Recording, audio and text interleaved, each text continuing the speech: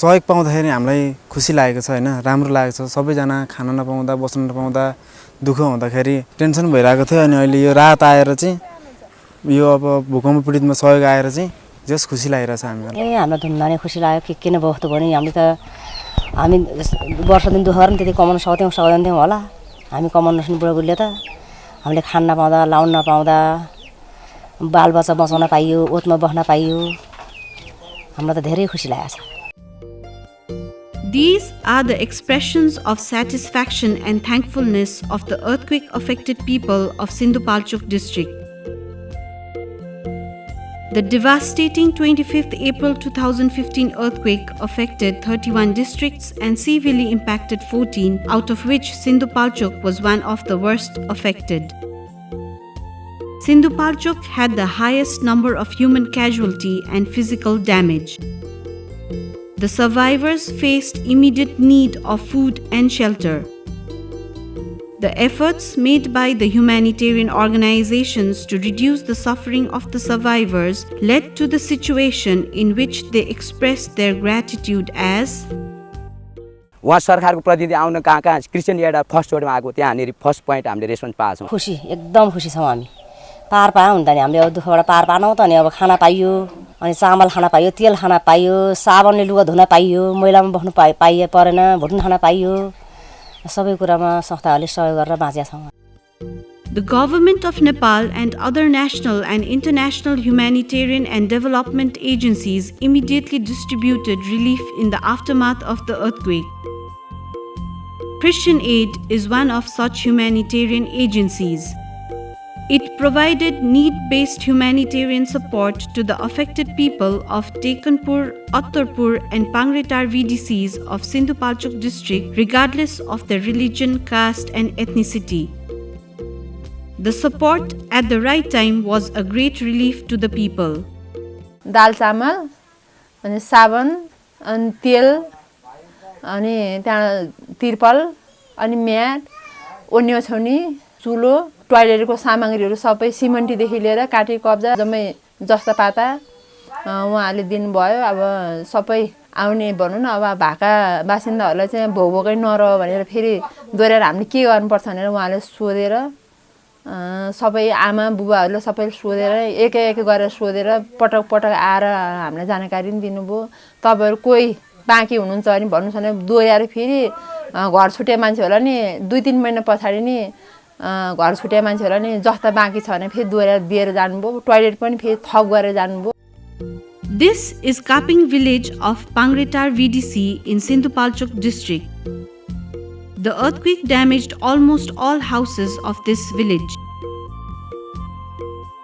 Transitional shelters have been built to replace the damaged houses now. Christian Aid has constructed a transitional model house and supported in the construction of transitional shelters for the affected people.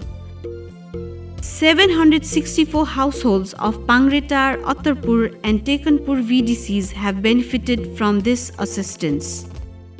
उसको design अनुसार 475 ले घर बनाए तिनीहरुलाई प्रत्येक घर परिवारलाई 5000 को दरले पैसा पनि वितरण गर्यो। 42 घरधुरी भग्नावशेष पन्छाउन नसक्ने खालका व्यक्तिहरुलाई कम्युनिटीबाटै छानेर प्रत्येक घरलाई 3500 को दरले 3500 को दरले त्यो पैसा पनि वितरण गर्यो। 650 हैन घरधुरीलाई जस्ता पाता पनि दियो। पाङ्ग्रेटारको सवालमा 14 जनालाई 3 दिने डकर्मी तालिम आधुनिक घर बनाउने डकर्मी तालिम पनि दियो। Christian Aid has provided CGI sheets and other required materials for constructing transitional shelters. As the materials were of high quality, the transitional shelters built are very durable according to the beneficiaries. उहाँहरूले भूकम्प प्रतिरोधक बनाउनुस्। अब काठको भयो भने अब भोलि फेरि यसै गरी पनि भुइँचालो आउन सक्छ। त्यो चाहिँ नभत्किने तरिकाले उहाँहरूले चाहिँ ब्रेसिङ दिएर राम्रो तरिकाले अब कुनै पनि घरमा मानवीय क्षति नहोस्। तपाईको ढुङ्गा माटाको घर हुँदाखेरि अब हामी पुरुष मान्छे टाढा टाढा गएका हुन्छौं, महिलाहरू घरमा हुनुहुन्छ। अब तपाईको काठको ब्रेसिङ कसेर घर बनाइसकेपछि हामी जति टाढा भए तापनि घरमा मानवीय क्षति केही पनि नभएको जस्तो अनुभव हुन्छ। Christian Aid has also supported in the construction of toilets.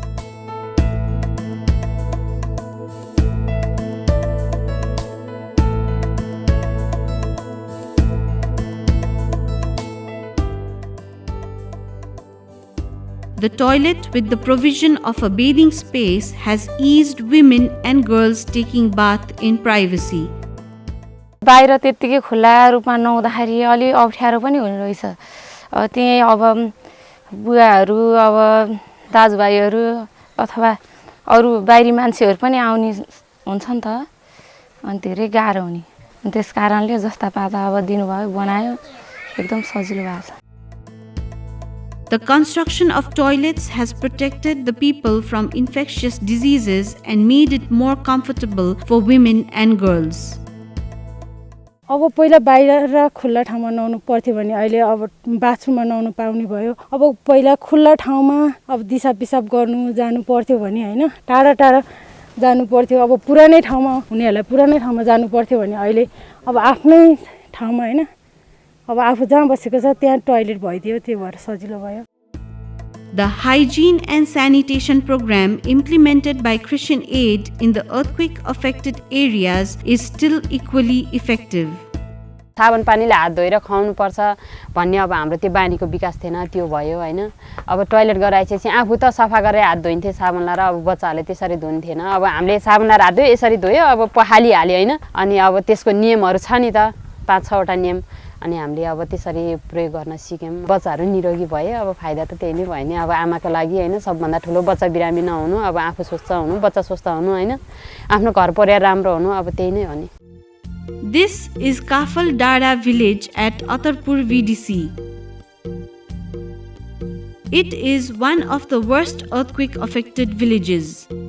Earthquake disrupted drinking water supply in this area. Considering the situation, Christian Aid supported to restore the drinking water supply in this village. The entire village has access to water now. पानी दिनुभयो, पानी यही नजिक भयो।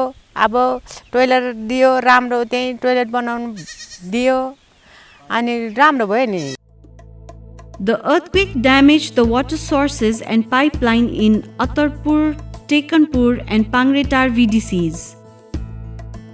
After which the earthquake affected people faced an acute shortage of drinking water.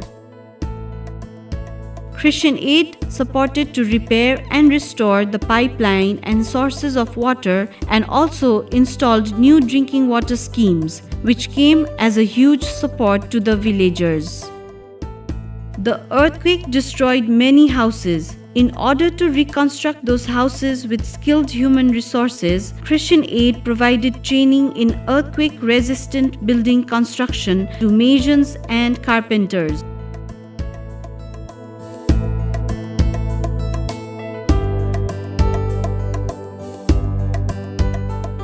This training has not only reinforced to build resilient houses, but has built capacity of local manpower and has become a good source of livelihood for many. यो जस्ता घर चाहिँ यसरी बनाउनुपर्छ, भूकम्प प्रयोग अब घर चाहिँ यसरी बनाउँदा बलियो हुन्छ भनेर चाहिँ उहाँले हामीलाई अब सिकाउनु भयो। 5 दिन हामी तालिममा गयौँ लामसाङमा। जस्तै अब आधा दिन चाहिँ तालिम गरिन्थ्यो, के अरे यसरी वातावरण गरिन्थ्यो भनेदेखि आधा दिन चाहिँ गएर त्यो घर एउटा नमुना घर थियो, अनि त्यो नमुना घरमा चाहिँ गएर हामी काम गर्थ्यौँ। आधी दिन चाहिँ त्यहाँ ढुङ्गा कसरी जैनहरू कसरी राख्ने, अथवा काठहरू जैन कसरी गर्ने, त्यसलाई कसरी गर्दा चाहिँ भूकम्पको विषयमा चाहिँ कसरी बोली हुन्छ भनेर चाहिँ उहाँहरूले हामीलाई सिकाउनुहुन्थ्यो। क्रिस्टियन एड एन्ड क्लिनेजी नेपाल, स्वच्छ ऊर्जा नेपाल हुनु है, उहाँहरू मिलेर साझेदार संस्था भएर हामीलाई दिएको हो तालिम। जथाभावी गर्नुभन्दा अलिकति विचार पुर्याएर गर्दाखेरि भनेको दिगो फोन भविष्यको लागि हुने कामहरू थियो। उहाँहरूलाई पनि फाइदा र हामीलाई पनि फाइदा, दुवै तर्फलाई फाइदा नै हो त्यो। किनकि हामीले पनि काम गर्न पायौँ, उसै फाइदा, उहाँहरूको पनि घर मजबुत बलियो भयो, उसै फाइदा, दुवैजनालाई फाइदा। In order to address the immediate needs of the affected people, Christian Aid, in coordination with the local government agencies, NGOs and communities, implemented various activities in the village. Those activities were based on the need and demand of the community. By considering the community voices, Christian Aid has become a friend in need for them. The voices of satisfaction epitomize it. दिएको सामग्री जो टिकाउ, जुन दीर्घकालीन सम्मलाई टिकाउ खालको सामग्री सायद अरू संस्थाले नदिएको अवस्थामा अब त्यो क्रिस्चियन एडलाई चाहिँ हामीले यो समाजले पनि यस क्रिस्चियन एडप्रति चाहिँ हामी एकदम आभार र निरन्तर सहयोगको अपेक्षा गर्दछौँ। हामी त धन्यवाद दिन चाहन्छौँ किनभनेदेखि म एउटाले मात्रै होइन हाम्रो सिङ्गो गाउँले नै होइन सिङ्गो यो अब जिल्लाले नै धन्यवाद दिनुपर्छ। The work that Christian Aid has done on shelter, drinking water, hygiene, sanitation, and livelihood has been a huge help for the affected people. Christian एडले पनि यो अस्थायी टहराहरू बनाउने काममा पनि उहाँले सहयोग गर्नुभएको थियो, चर्पीहरू बनाउने काममा सहयोग गर्नुभएको थियो। उहाँहरू त धेरै समय बस्नुभयो।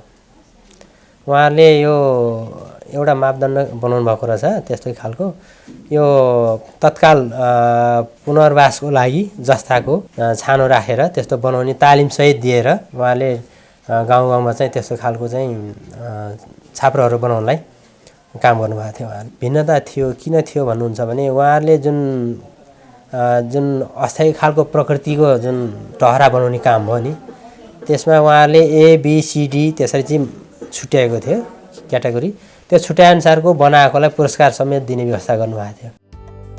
The programs that Christian Aid undertook to address the multiple needs of the affected people should be recognized as learning so that it could be a reference to any big earthquake response in the future.